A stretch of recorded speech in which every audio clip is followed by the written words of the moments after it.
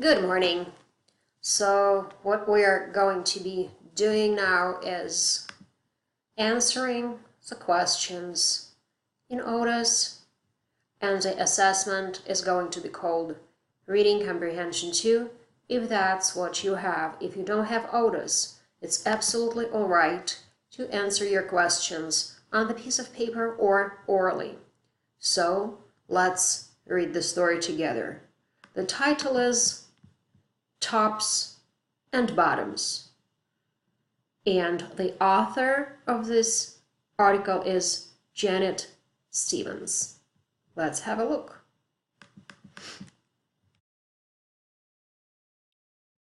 Read with me.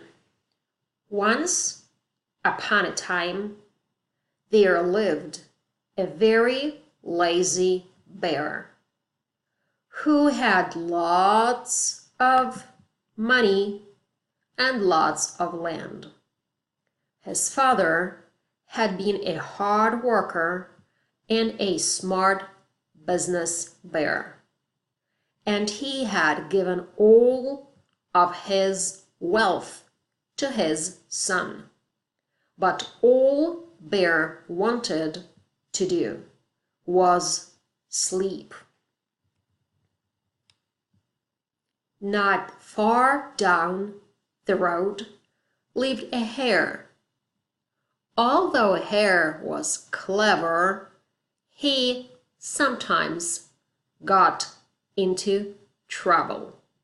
He had once owned land too, but now he had nothing. He had lost a risky bet with the tortoise and had sold all of his land to Bear to pay off the debt. Hare and his family were in very bad shape. The children are so hungry, Father Hare. We must think of something, Mrs. Hare cried one day. So Hare and Mrs. Hare put their head together and cooked up a plan. The next day, Hare hopped down the road to Bear's house.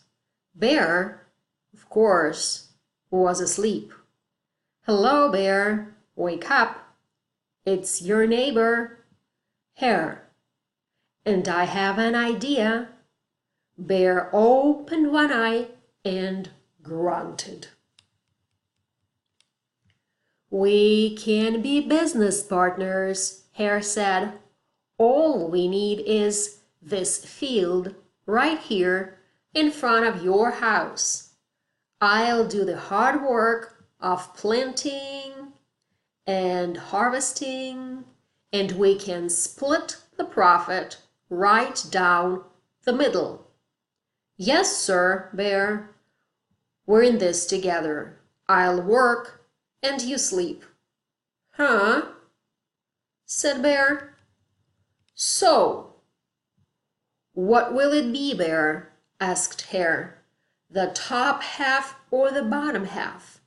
It's up to you, tops or bottoms. Let's see, Bear said with a yawn. I'll take the top half, Hare. Rights. Right tops. Hare smiled. It's a done deal, Bear. So Bear went back to sleep, and Hare and his family went to work. Hare planted, Mrs. Hare watered, and everyone weeded. Bear slept as the crops grew. When it was time for the harvest, Bear called out, "Wake up, Bear. You get the tops and I get the bottoms." Hare and his family dug up the carrots and radishes and the beets. Hare plucked off all the tops, tossed them into a pile for Bear, and put the bottoms aside for himself. "You chose the tops, Bear," Hare said. "Now, Hare, you've tricked me. You plant this field again, and this season I want the bottoms." Hare agreed. "It's a done deal, Bear." So Bear went back to sleep, and Hare and his family went to work. They planted, watered, and weeded. Bear slept as the crops grew. When it was time for the harvest, Hare called out, "Wake up, Bear. You get the bottoms and I get the tops." Hare and his family gathered up the lettuce, the broccoli, and the celery. Hare pulled off the bottoms for Bear and put the tops in his own pile. Bear looked at his pile and scowled. "Hare, you have cheated me again." "But Bear," said Hare, "you wanted the bottoms this time." Bear growled. "You plant this field again, Hare. You've tricked me twice. And you owe me one season of both tops and bottoms." "You're right, poor old Bear," sighed Hare. "It's only fair that you get both tops and bottoms this time. It's a done deal, Bear." So Bear went back to sleep, and Hare and his family went to work. They planted, watered, and weeded, then watered and weeded some more. When it was time for the harvest, Hare called out, "Wake up, Bear. This time you get the tops and the bottoms." There, in front of Bear's house, lay a high field of corn. Hare and his family yanked up every corn stalk. Hare tugged off the roots of the bottom and the tassels at the top and put them in a pile for Bear. Then he carefully collected the ears of corn in the middle and placed them on his own pile. Bear rubbed his eyes and watched. "See, Bear, you get the tops and the bottoms. I get the middles." "Yes, sir, Bear. It's a done deal." By now, Bear was wide awake. "That's it, Hare," he hollered. "From now on, I'll plant my own crops and take the tops, bottoms, and middles." Hare and his family scooped up the corn and hopped down the road toward home. Bear never again slept through a season of planting and harvesting. Hare bought back his land with the profit from the crops, and Mrs. Hare opened a vegetable stand. And although Hare and Bear learned to live happily as neighbors, they never became business partners again. Wonderful story. So what I want us to do now is have a look at the questions that we have.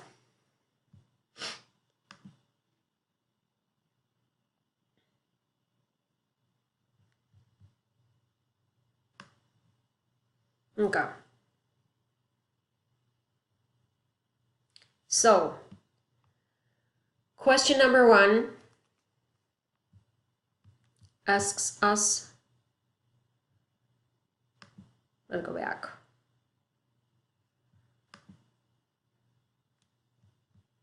To read the story, which we did, and to see, let's just open it over here.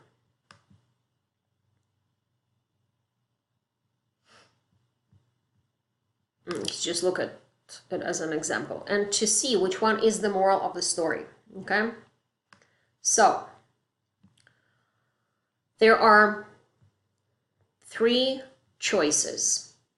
The moral of the story is to be happy with what you have, which is like by itself is correct.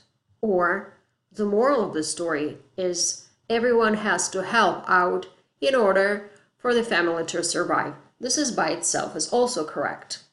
But the choice C says the moral of the story is that you have to work for anything that you want to have in life. So, think about it.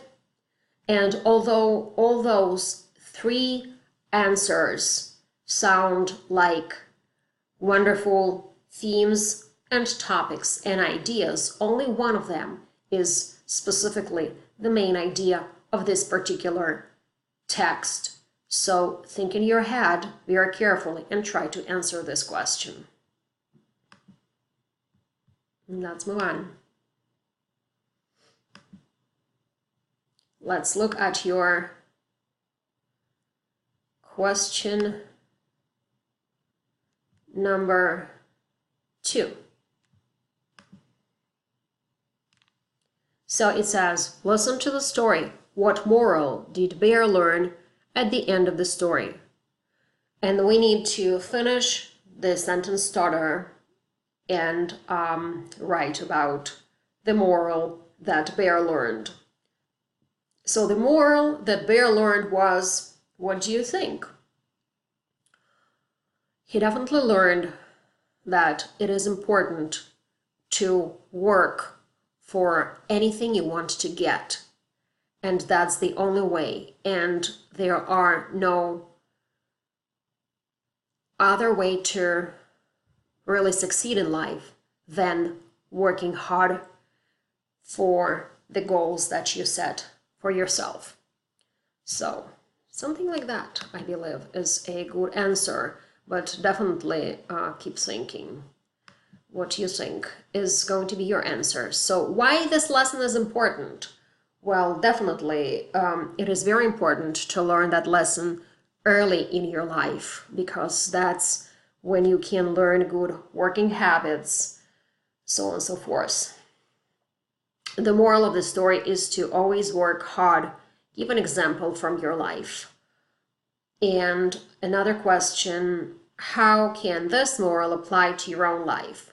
3 to 4 sentences. So this question number 5 and 4 are asking you pretty much to write paragraphs about the story that you just read, answering the questions about the moral of the story and the main idea and how you apply it to your life. I wish you all the best. If you have any questions, you know where to find me, and talk to you very soon. Bye-bye.